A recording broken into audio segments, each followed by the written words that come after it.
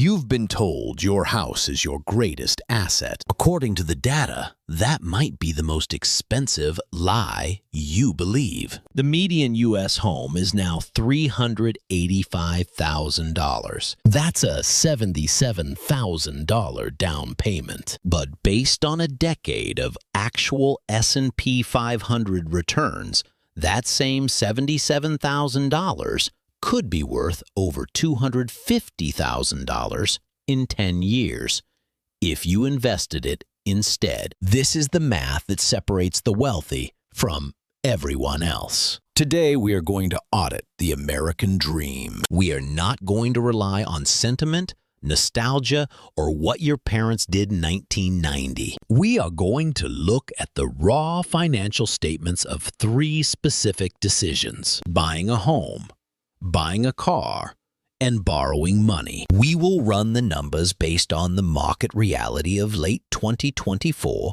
to see where the wealth actually goes. First, we'll build the full 10-year financial picture for Michael, the homeowner. Then we'll do the same for Jessica, the renter and investor. This is the ultimate test, a 10-year housing showdown. To understand why this calculation matters, we have to look at the baseline. According to the National Association of Realtors Q4 2024 data, the median home price in the United States is $385,000. For decades, the cultural script has been simple: buy the most expensive house the bank will let you finance, pay it down for 30 years, and retire on the equity. It worked when interest rates were 3% and asset inflation was low, but the math has fundamentally shifted. Let's introduce our first subject.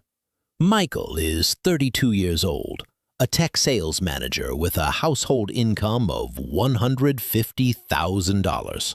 He represents the traditional path. He has saved $77,000, a 20% down payment, and he is ready to buy that median $385,000 home. He believes, like many, that rent is throwing money away and that paying a mortgage is paying yourself. On the other side of the equation is Jessica. She has the exact same profile, 32 years old, same income, and the same $77,000 in the bank. But Jessica is a financial optimizer. She looks at the current yield on the S&P 500 versus the cost of capital in real estate and decides to rent a comparable home. She plans to invest her down payment and any monthly savings. Let's look at Michael's ledger first. This is where most people stop doing the math. They look at the listing price and the mortgage payment,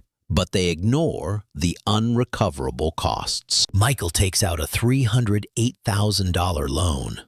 According to Freddie Mac, as of December 2024, the average rate for a 30-year fixed mortgage is 6.7%. This interest rate is the single biggest variable in the equation. On a $308,000 loan, his principal and interest payment is approximately $1,988 per month. But that is just the cost of access. We have to add the carrying costs. According to the Tax Foundation, a realistic average property tax rate is 1.1% of the home's value annually. On $385,000, that is $4,235 a year, or roughly $353 a month. Next is insurance.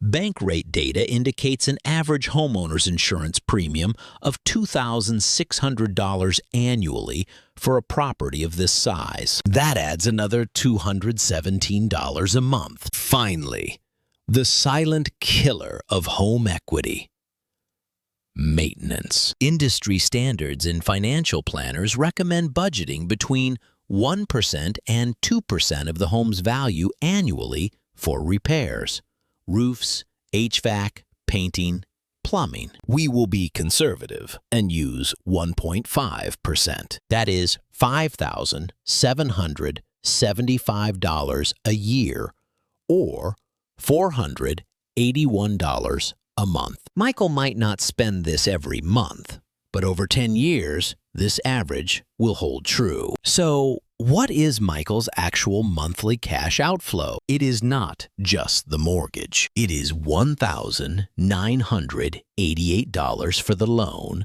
plus $353 for taxes, plus $217 for insurance, plus $481 for maintenance. His total cost to keep the keys is roughly $3,039 per month. Now, let's look at the equity build. This is the part that shocks most new buyers. In the first year of a 6.7% mortgage, the vast majority of that $1,988 payment goes to interest, not principal. Out of nearly $24,000 paid to the bank in year one, only about $3,400 actually reduces the loan balance. The other $20,500 is profit for the lender. It is rent paid to the bank. Fast forward 10 years. Michael has paid his mortgage faithfully. He has also paid his taxes, insurance, and maintenance costs, which likely inflated over time, but we will keep them static for a conservative comparison. After 10 years, he has paid down a portion of the loan. Assuming the home appreciates at a historical average rate of 4% per year, the home is now worth significantly more. His net equity, the home value minus the remaining mortgage balance, is his wealth. However, we cannot ignore what he spent to get there. He spent tens of thousands on interest, taxes, insurance, and repairs. These are sunk costs. They do not come back. Now, let's pause the spreadsheet for a moment. What does this actually feel like? Michael has a house. He can paint the walls. He has stability. Jessica has a number on a screen, but one of them is demonstrably richer. Let's see by how much. Let's run Jessica's scenario. She takes her $77,000 down payment, and instead of handing it to a bank, she invested in a low-cost S&P 500 index fund. According to S&P Dow Jones Indices and Y-Charts data ending December 2024, the 10-year annualized total return of the S&P 500 is 12.7%. This includes dividends reinvested. Jessica rents a home comparable to Michael's. In many markets, the cost to rent is currently lower than the total cost to own because rents are dictated by local income, while home prices are dictated by interest rates and speculation. Let's assume she rents a similar property for $2,400 a month. Recall that Michael's total monthly outflow is $3,039. This means Jessica has a monthly cash flow surplus of $639 compared to Michael. She doesn't spend this surplus. She is an optimizer. She invests that $639 every single month into the same S&P 500 fund alongside her initial $77,000. Here is the magic of compound interest versus the drag of simple interest debt. Over 10 years, her initial $77,000 grows at 12.7% compounded annually. That lump sum alone grows to approximately $254,000. But she also contributed $639 monthly for 120 months. That stream of contributions, growing at the same rate, adds another roughly $140,000 to her portfolio. So, at the end of 10 years, who is wealthier, the homeowner or the renter? The final number may shock you. Let's calculate Michael's net worth from the house. In 10 years, at 4% appreciation, the $385,000 home is worth roughly $570,000. His remaining mortgage balance, after 10 years of payments at 6.7%, is approximately $260,000. His equity, his wealth, is $310,000. Now Jessica, her total investment portfolio value, the initial sum plus the monthly additions plus the compound growth, is approximately $394,000. Jessica, the renter, is $84,000 wealthier than Michael, the homeowner. And this does not even factor in the transaction costs Michael would pay if he tried to sell the home to realize that equity, typically 6 to 8% in agent fees and closing costs, which would wipe out another $30,000 to $40,000 of his wealth. This is the opportunity cost of the American dream in a high interest rate environment. When the cost of borrowing is 6.7% and the stock market yield is 12.7%, the leverage of a mortgage works against you, not for you. Michael owns an asset, yes, but he paid a premium for it. Jessica owns a portfolio that is completely liquid, diversified, and significantly larger. Based on what you thought before seeing this math, comment buy or rent below. I want to see where you stand now that the numbers are laid out. We've analyzed a supposed asset that appreciates slowly. Now let's tackle one that depreciates rapidly. The new CAR. If housing is a battle of interest rates, cars are a battle against depreciation. New cars are one of the worst destroyers of middle-class wealth, masquerading as assets. We treat them like investments. We finance them. We trade them in.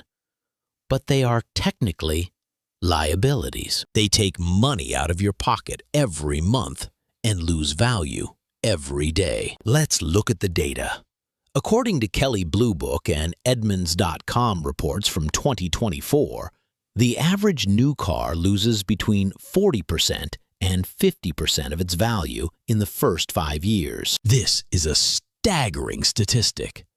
It means if you buy a vehicle for $50,000 today, purely by existing and being driven, nearly $25,000 of that value will vanish into thin air by 2029. Let's meet David.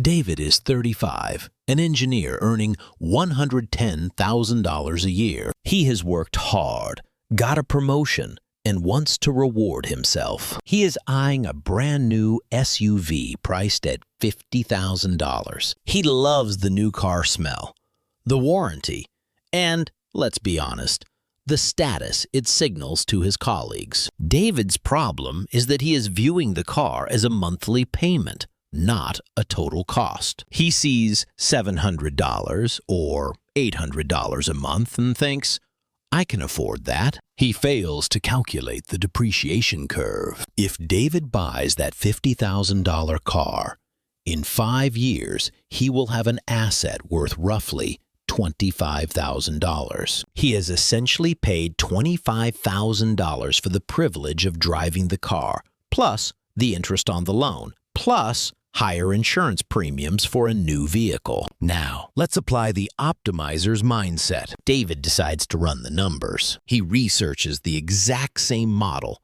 but from 3 years ago. Modern cars are reliable. A 3-year-old vehicle typically has 30,000 to 40,000 miles and plenty of life left. He finds a clean example for $30,000. This is the critical decision point. By choosing the used model, David saves $20,000 on the purchase price immediately. That is $20,000 of capital he does not have to borrow or spend. But the strategy doesn't stop at spending less. It is about what you do with the difference. In this scenario, David buys the used car. He takes the $20,000 difference, either in cash he would have put down or in loan capacity he didn't use, and allocates it to his wealth column. He invests that $20,000 into the same S&P 500 index fund we discussed with Jessica. Let's look at the outcome after 5 years. If he had bought the new car, he would have a vehicle worth $25,000 and zero invested capital from that transaction. He is down $25,000 in depreciation. By buying used, he owns a car that is now 8 years old. It has depreciated, sure, perhaps down to $12,000 or $15,000. But look at his investment.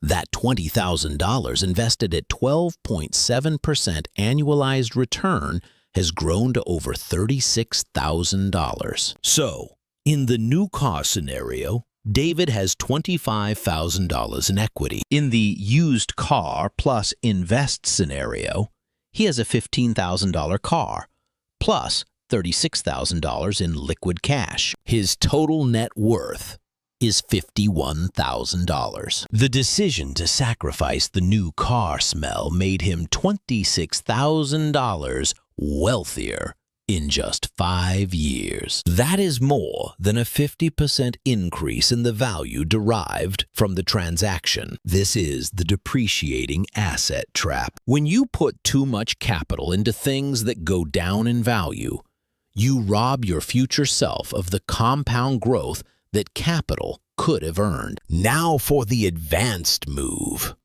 This isn't about getting a loan for a vacation. This is about using a financial instrument the way banks do to create profit from thin AIR. We have covered buying versus renting and new versus used. Now we need to talk about borrowing. Most people are taught that debt is bad and high-interest consumer debt, credit cards at 24%, is absolutely toxic. But there is a type of debt that the wealthy use to accelerate their net worth.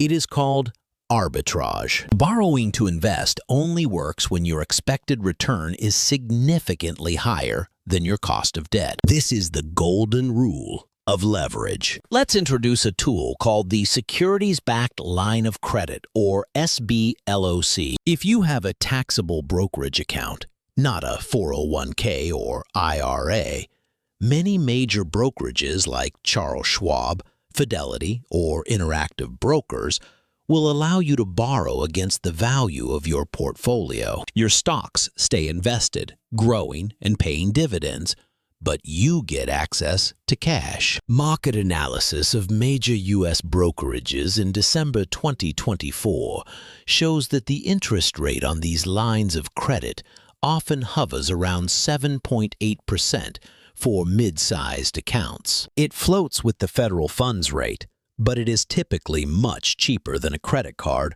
or a personal loan. Let's meet Sarah. Sarah is 40, a business owner with variable income. Over the years, she has built a $250,000 investment portfolio in the stock market. She is a disciplined investor. Sarah encounters a business opportunity.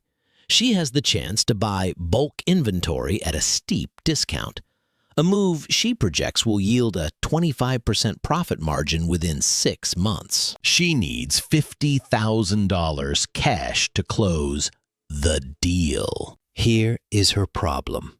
She doesn't have $50,000 in her checking account. She could sell $50,000 worth of her stock portfolio. But if she does that, 2 things happen. First, she triggers capital gains tax. If she has held those stocks for years, she might owe 15% or 20% to the IRS, reducing her efficiency. Second, she interrupts the compounding. If the market goes up while she is out of it, she misses those gains. So, Sarah uses the SBLOC. She pledges her portfolio as collateral and borrows $50,000 at 7.8% annual interest. She buys the inventory. Over the next 6 months, she sells it and generates her projected return. The total interest cost on $50,000 at 7.8% for 6 months is approximately $1,950. Let's look at the math of the deal. She made a 25% gross profit on the inventory, which is $12,500. She pays the bank $1,950 in interest. Her net profit is $10,550. Crucially, her $250,000 portfolio stayed intact. If the market went up 5% during those 6 months, she gained that $12,500 in portfolio growth on top of her business profit. She didn't have to sell a single share. She didn't pay a dime in capital gains tax. This is arbitrage. She borrowed at 7.8% to earn 25%. The spread, the difference between the return and the cost of capital, is pure profit created by leverage. This allows you to access liquidity without selling your appreciating assets. But what's the catch?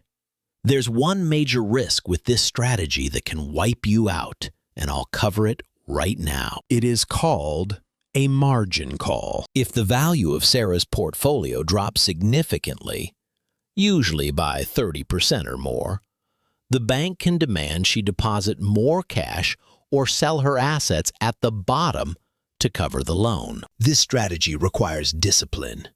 You should never borrow more than 50% of your available credit line to keep a safety buffer. We have covered a lot of ground today, and the numbers tell a clear story that often contradicts the traditional advice. Let's recap the 3 pillars of this wealth framework. First, the 10-year opportunity cost of buying a home versus renting and investing can be worth hundreds of thousands of dollars. As we saw with Michael and Jessica, in a market with 6.7% mortgage rates and high carrying costs, the renter who invests the difference often comes out ahead by $84,000 in our model. Second, new cars are liabilities that masquerade as assets. The depreciation hit of 40 to 50% in 5 years is a wealth destroyer. By purchasing a 3-year-old vehicle and investing the difference, David increased his net worth by over $50,000 relative to the new car buyer. Third, strategic borrowing is a tool, not a trap. Using an SBLOC allows you to create arbitrage, earning a high return on business or investment opportunities while paying a lower cost of debt, all without triggering taxes or stopping your compounding. So, what should you do with this information? Here is your action plan. Immediate. Look at your housing situation. Do not just compare the mortgage payment to rent. Use the 1.5% maintenance rule, the 1.1% tax rate, and the current insurance costs to calculate the true cost of ownership. Run the rent plus invest model for your specific area. Short term. Before your next car purchase, go to KBB.com. Compare the price of the new model you want with its 3-year-old counterpart. Take that dollar difference, put it into a compound interest calculator at 8% or 10%, and see what that money could become in 20 years. That number will make the decision for you. Long term, if you have a brokerage account over $100,000, call your brokerage and ask about their SBLOC terms. You don't need to use it today, but you should understand the tool. Know the rate, know the loan-to-value limits, and have it ready for when an opportunity arises. If this data-driven approach to wealth building is what you've been looking for, subscribe to the channel right now. We are building a library of financial blueprints that respect your intelligence and your wallet. And finally, share this video with one friend who is currently stressing out over whether to buy a house. They need to see the math before they sign a 30-year contract. This content is for educational purposes only and does not constitute financial advice. All investment strategies involve risk. Data cited is from sources including the National Association of Realtors, Freddie Mac, and S&P Dow Jones Indices as of December 2024. Consult with a qualified financial professional before making any decisions.